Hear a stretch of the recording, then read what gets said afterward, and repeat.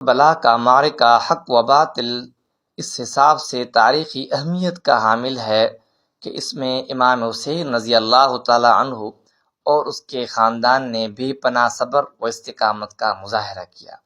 اب یہ بنیادی اختلاف کیا ہے کہ جس کی وجہ سے امام حسین رضی اللہ تعالی عنہ اور اس کے خاندان نے اپنی جان کا نذرانہ پیش کیا۔ حضرت امیر معاویہ رضی اللہ تعالی عنہ کے بعد یزید جب تخت نشین ہوا اور امام حسین نے اس اعلیٰ منصب کے لیے اس کو اہل نہ سمجھا، اور اس کی وجہ کیا تھی کہ اسلامی نام پر لی گئی حکومت جس میں انہوں نے اسلامی تعلیمات کو بالکل پامال کیا اور تعلیمات کی بالکل مخالفت کی، جس کی وجہ سے امام حسین رضی اللہ تعالیٰ عنہ نے بغاوت کا اعلان کیا، اور یزید نے امام حسین کو رام کرنے کی کوشش کی، اور امام حسین اپنے موقف پر مضبوطی کے ساتھ ڈٹے رہے۔ اس کے بعد جب یہ بات پھیل گئی، کوفہ والوں نے امام حسین رضی اللہ تعالیٰ عنہ کو خطوط لکھے کہ آپ کوفے کے نہ جائیں، اور امام حسین رضی اللہ تعالیٰ عنہ نے ارادہ کر لیا کہ اب وہ کوفہ جائیں۔ قبل اس کے انہوں نے حضرت مسلم بن عقیل کو کوفہ بھیجا تاکہ وہاں کے حالات کے حساب سے خبر گیری کریں کہ واقعی یہ لوگ جنہوں نے ہمیں خطوط لکھے ہیں یہ ہمارے ساتھ سچے ہیں یا نہیں۔ جب حضرت مسلم بن عقیل کوفہ پہنچے اور دیکھا کہ لوگ بالکل ان کے ساتھ ہیں، اور کئی لوگوں نے ان کے ہاتھ پر بیعت کی، اور امام مسلم بن عقیل نے ایک خط لکھا حضرت امام حسین رضی اللہ تعالیٰ عنہ کے نام پہ کہ یہاں کے حالات بالکل سازگار ہیں، آپ تیاری کریں اور آپ آ جائیں۔ اور وہاں پہ اس وقت بصرے کا جو گورنر تھا ابن زیاد، اس کو ہٹا کے کوفے کا گورنر کر دیا گیا۔ یہ بڑا ظالم شخص تھا، اور یہاں پہ لوگوں کے ذہنیت کے اندر یہ بات تھی کہ اب امام حسین رضی اللہ تعالیٰ عنہ ہمارے پاس آ رہے ہیں۔ اور وہاں بصرے کا جو گورنر تھا ابن زیاد، جب وہ کوفہ پہنچا، مغرب اور عشاء کا یہ وقت تھا، اپنے چہرے پہ اس نے پردہ ڈھانپا ہوا تھا، اور جیسے ہی کوفے کے اندر یہ داخل ہوا، لوگوں نے سمجھا کہ یہ حضرت امام حسین ہیں، لوگ ان کے ساتھ ہو لیے۔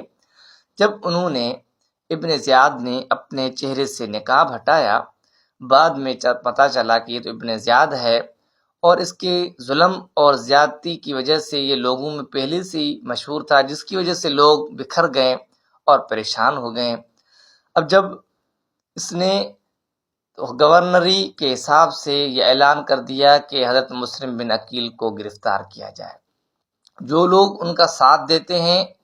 ان پر بھی سختی کی جائے، ان پر زمین تنگ کی جائے، جس کی وجہ سے کافی لوگ حضرت مسلم بن عقیل سے الگ ہو گئے، تنہا رہ گئے۔ اس وقت ایک عورت جس نے مسلم بن عقیل کو اپنے گھر کے اندر پناہ دی تھی، جس کا نام ہانی ہے، اور اس کو ابن زیاد نے بلایا، اس کو گرفتار کیا گیا، اور اس نے انکار کر دیا کہ میں حضرت مسلم بن عقیل کو آپ کے حوالے نہیں کروں گی، جس کی وجہ سے اس عورت کو بھی اس کا سر تن سے جدا کر دیا گیا۔ حضرت مسلم بن عقیل نے جب یہ خبر سنی تو اس کے خاندان اور اس کے رشتہ داروں کے ساتھ ان کے ساتھ مقابلہ کیا، لوگ بھاگ گئے، حضرت مسلم بن عقیل الگ رہ گئے۔ اس کے بعد مسلم بن عقیل نکلتے ہیں ایک اور جگہ پہ، وہاں پہ رات کے اندر ایک گھر کا دروازہ کھٹکھٹاتے ہیں اور ان کو پناہ ملتی ہے۔ اس گھر کے اندر ایک درباری تھا جس نے جا کے اطلاع دی۔ آخر کار حضرت مسلم بن عقیل کو شہید کر دیا گیا، اور وہاں حضرت امام حسین رضی اللہ تعالیٰ عنہ قصد کر چکے تھے۔ وہ مدینے سے مکہ مکرمہ آتے ہیں تاکہ پیغمبر کریم صلی اللہ علیہ وسلم کے روضہ اقدس پر حاضری ہوں، اپنے نانا کی قبر مبارک پر آخری زیارت ہو، شاید اس کے بعد موقع نہ ملے، اس لیے وہاں پہ آئے، دعائیں کی، اور اس کے بعد نکلتے ہیں۔ راستے میں پتہ چلا ہے کہ کوفہ والوں نے مسلم بن عقیل کو شہید کر دیا۔ حضرت امام حسین رضی اللہ تعالیٰ عنہ نے اپنے ساتھیوں کے ساتھ مشاورت کی کہ اب ہمیں کوفہ جانا چاہیے یا نہیں، تو تو بعض لوگوں نے کہا نہیں جانا چاہیے، اور لوگ ٹوٹ گئے، الگ ہو گئے، جدا ہو گئے، واپس چلے گئے۔ مگر حضرت مسلم بن عقیل کے جو رشتہ دار ہیں انہوں نے کہا اب ہم چلیں گے، واپس نہیں جائیں گے، کوفہ ہی جائیں گے۔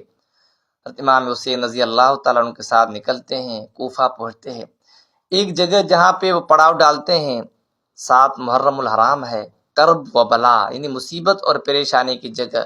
وہاں پہ ٹھہرتے ہیں۔ 7ویں دن ان کا پانی بند کر دیا گیا، اور دشمنوں نے ان کا گھیراؤ کر لیا کہ ابھی یہیں پر مقید رہیں۔ پھر امام حسین رضی اللہ تعالیٰ عنہ نے ان سے بات کرنے کی کوشش بھی کی۔ درمیان میں جو لوگ تھے انہوں نے نہیں چاہا کہ یہ بات بن جائے۔ امام حسین رضی اللہ تعالیٰ عنہ نے کہا کہ تم نے ہمیں خطوط بھیجے ہیں، اس لیے ہم یہاں آئے ہیں۔ اگر آپ کا ارادہ یہ ہے یا تو ہمیں واپس بھیج دیا جائے، یا ہمیں وقت کا جو گورنر ہے اس سے ملاقات کرائی جائے، یا ہمیں کسی اور مسلم سرحد کے پاس جانے دیا جائے۔ اور انہوں نے ان تینوں باتوں کو نہیں مانا، اور 10 محرم الحرام کی صبح کے بعد حضرت امام حسین رضی اللہ تعالیٰ عنہ کے قافلے کو یزیدی ٹولے نے باقاعدہ جنگ کی، اور امام حسین رضی اللہ تعالیٰ عنہ کے ساتھ بیویاں تھیں خیموں کے اندر، چھوٹے بچے تھے،